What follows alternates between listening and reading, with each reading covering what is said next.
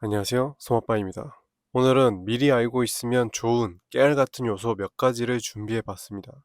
제가 실제로 겪은 경험을 토대로 다른 분들께서는 미리 피해 가실 수 있도록 정보 공유 차원에서 영상을 제작하게 되었습니다.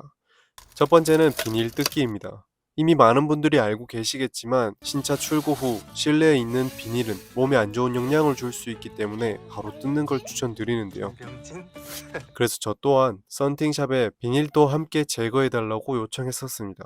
그런데 여기서 놓친 곳이 두 군데가 있었습니다. 첫 번째는 도어 스커프에 붙어 있는 비닐인데요. 유심히 살펴보지 않으면 잘 모를 수 있는 이 부위는 배탈로 되어 있는데 세차를 하거나 비가 올 때 자연스럽게 물이 들어가게 됩니다. 만약 이때 비닐을 떼지 않으면 이렇게 안쪽에 물이 고여서 녹이 슬게 됩니다.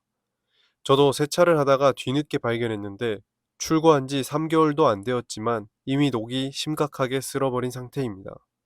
동호회 카페에서는 블루엔즈 방문 시 1회 정도는 교체해준다고 하는데 소비자 과실도 약간은 있기 때문에 가서 말을 잘 해야 될 것 같습니다.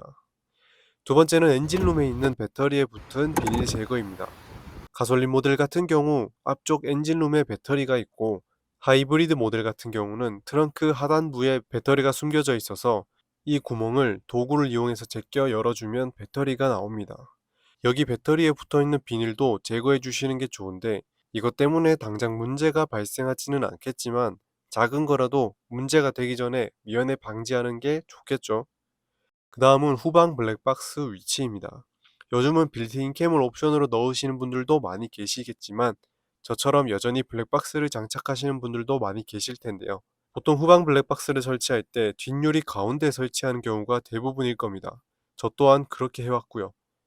그런데 최근에 나온 SUV들이 후방 와이퍼가 히든 형식으로 위쪽에 숨어져 있는 방식으로 나오는데 이것 때문에 후방 와이퍼를 닦는 각도가 달라져서 후방 블랙박스를 피해서 닦게 되는데요. 이렇게 되면 직접 세차를 하지 않는 이상 계속 먼지가 쌓여 후방 블랙박스의 시야를 저하시키게 됩니다. 안 그래도 후방 블랙박스는 화질이 전방보다 낮게 나오는데 거기다 먼지까지 쌓이게 되면 후방 식별이 어려워지게 됩니다.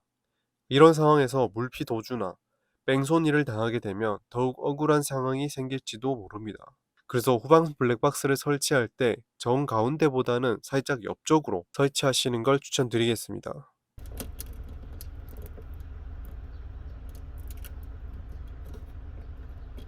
그리고 아무리 카메라 때문이라지만 워시액 나오는 위치가 굉장히 애매하네요. 워시액으로는 전혀 닦이지가 않습니다. 후방 와이퍼는 비 오는 날에만 작동시켜야겠습니다.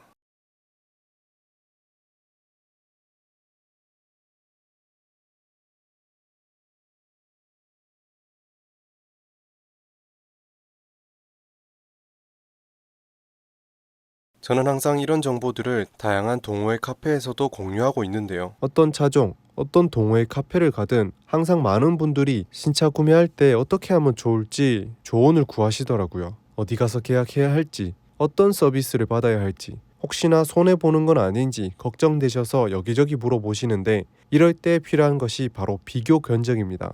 그런데 예전처럼 일일이 대리점 찾아다니며 지인들 연락하며 발품 파는 시대는 지났습니다.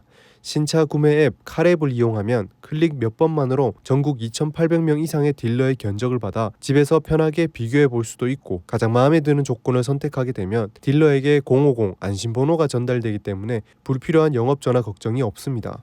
혹시나 온라인 계약이 불안하신 분들을 위해 금전사고 시 최대 5천만 원까지 보증해주는 카랩 안심보증 서비스도 제공받을 수 있고요. 카랩을 통해 신차를 출고한 고객이라면 누구나 총 40만 원 상당의 파손 분실 보장 서비스를 무료로 제공받을 수 있습니다. 출고 고객만을 위한 무상 카랩 케어 혜택도 받아볼 수 있으니 정말 좋겠죠. 그 외에도 차량 구매 시 필요한 할부와 일시불 캐시백, 자동차 보험, 신차 패키지, 타던 차를 판매하는 데 차 팔기까지 이 카랩 어플 하나로 해결할 수 있습니다. 옛날처럼 복잡하게 차량 구매하지 마시고 이제 카랩으로 신차 게으르게 사세요. 세 번째는 후석 승객 알림 기능을 꺼주는 겁니다. 이 기능은 차량에서 내린 후 도어가 잠겼을 때 초음파 센서를 통해서 차량 내부 움직임을 감지해 운전자와 주변의 경보를 통해 알리는 기능인데요. 이때 클락션이 울리면서 굉장히 시끄럽게 알려주기 때문에 주변 사람들의 따끔한 시선을 느낄 수도 있습니다.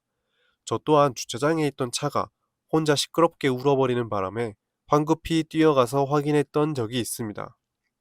이 센서가 생각보다 예민해서 그런지 강풍이 부는 날이나 아니면 벌레가 날아다니면서 이 센서를 작동시키는 사례가 종종 보입니다. 만약 고요한 밤 또는 캠핑장에서 이런 일이 발생한다면 정말 민망한 상황을 겪게 되실 겁니다. 실제로 아이나 애완동물을 후석에 두고 까먹는 일은 거의 없다라고 생각하기 때문에 아닌가? 설정, 차량, 편의에 들어가셔서 이 기능을 꺼두시는 걸 추천드리겠습니다. 그 다음은 내비게이션이 먹통되었을 때입니다.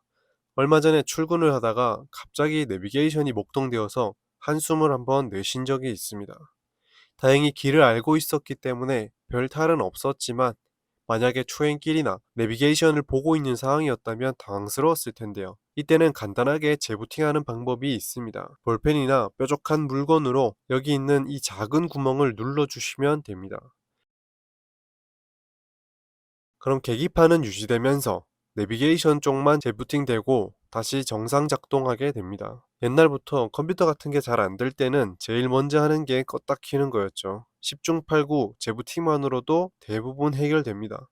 그런데 만약 혼자 주행하고 있어서 직접적으로 재부팅을 할 수 없다면 그냥 그대로 두시고 계속 달리시다 보면 약 3분 정도 후에 알아서 재부팅 됩니다. 저도 이번에 먹통되었을 때 차가 정차하면 재부팅 시킬 생각이었는데 어느 정도 달리다 보니까 알아서 재부팅 하더라고요. 자, 오늘은 이렇게 미리 알았다면 좋았을 요소 몇 가지를 공유해 드렸는데요.